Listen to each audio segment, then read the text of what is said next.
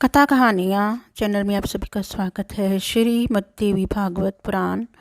राजा जनक का सुखदेव जी को उपदेश, सुखदेव जी का विवाह और गृह त्याग।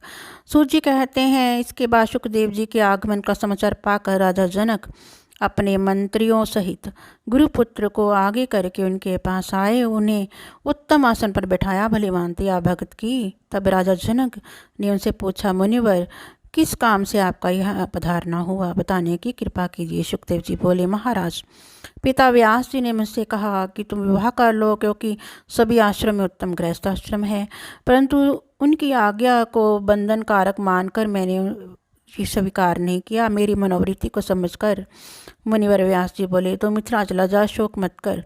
वह राजा जनक रहते हैं, वे याज्ञिक पुरुष एवं जीवन मुक्त हैं। महाराज पिता की आज्ञा मानकर मैं आपकी पुरी में आ गया। आप निष्पाप पुरुष हैं, मैं संसार के बंधन से मुक्त होना चाहता हूँ, मुझे क्या करना चाहिए, बताने की कृपा कीजिए। जनक जी बोले, प्रथम मनुष्य को बंधन में डालने और मुक्त करने में देह, जीवात्मा और इंद्रियां कोई भी कारण नहीं है, केवल मन ही उन्हें मुक्त करने और फंसाने में निमित्त बनता है। आत्मा तो सदा शुद्ध और मुक्ता स्वरूपा है, वह किसी प्रकार भी बंधन में नहीं फंसता। मनुष्य यदि द्वैत बुद्धि ना करे तो भेद की संभावना कैसे हो। जीव ब्रह्म स्वरूप है, मैं वही नित्य ब्रह्म हूँ, इसमें कुछ भी विचारणीय नहीं है। जगत में अविद्या फैली है, इसी से जीव और ब्रह्म में भेद बुद्धि की प्रतीति होती है। महाभाग यह अविद्या विद्या से अर्थात ब्रह्म ज्ञान से शांत होती है। श्री सुखदेव जी ने कहा, महाराज मेरा हृदय इस संदेह से अलग नहीं हो पाता कि जिसके चारों ओर माया का विस्तार है, उसकी स्पृहा कैसे शांत हो सकती है। राजन धन की, राज्य सुख की तथा संग्राम में विजय पाने की अभिलाषा आपके हृदय में बनी है, तब आप जीव मुक्त कैसे हुए। आप चोर में चोर बुद्धि तथा तपस्वी में साधु बुद्धि रखते हैं, अपने और पराये का ज्ञान आपको ही है, फिर आप में विदेहता कैसी। महाराज विमुक्त तो वह हो सकता है जिसकी मिट्टी के ढेले, पत्थर, स्वर्ण में समान दृष्टि है, जो सब में एक बुद्धि रखता है तथा संपूर्ण प्राणियों के हित साधन में लगा रहता है। अब मेरा मन क्षण भर के लिए भी घर एवं स्त्री घर में रमना नहीं चाहता।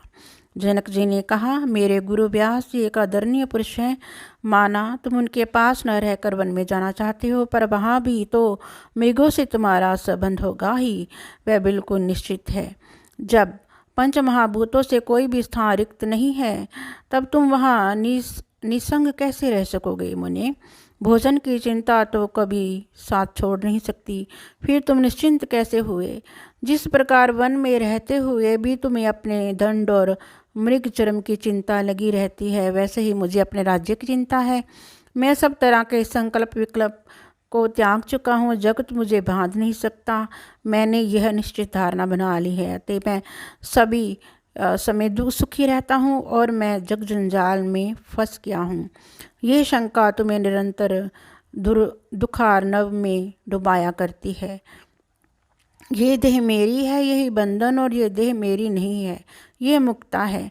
ममता ना हो तो कहीं कोई बंधन नहीं, बंधन शरीर तथा घर में नहीं है, ये तो अहंता ममता में है। सूत जी कहते हैं, जनक जी का उपयुक्त कथन सुनकर सुखदेव जी की शंकाएं नष्ट हो गई। इसके बाद सुखदेव जी अपने पिता के पास उनके सुंदर आश्रम में रहने लगे।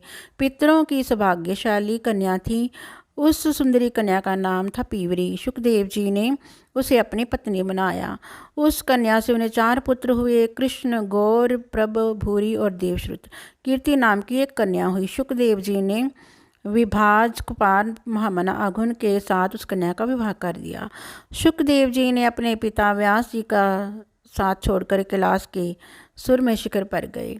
वहाँ उन्होंने अविचल समाधि लगा ली।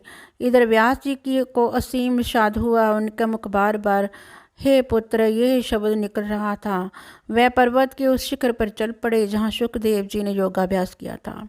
उनकी स्थिति देखकर भगवान शंकर वहाँ पधारे और उन्होंने उनको समझाना आरंभ कर दिया। व्यास तुम शोक मत करो, तुम्हारा पुत्र सुखदेव योग शास्त्र का प्रकांड विद्वान है, उसे यह उत्तम गति सुलभ हुई है जिसे अकरात्मता कभी पा नहीं सकती। व्यास जी ने कहा, देवेश मैं क्या करूं, विवश हो गया हूँ।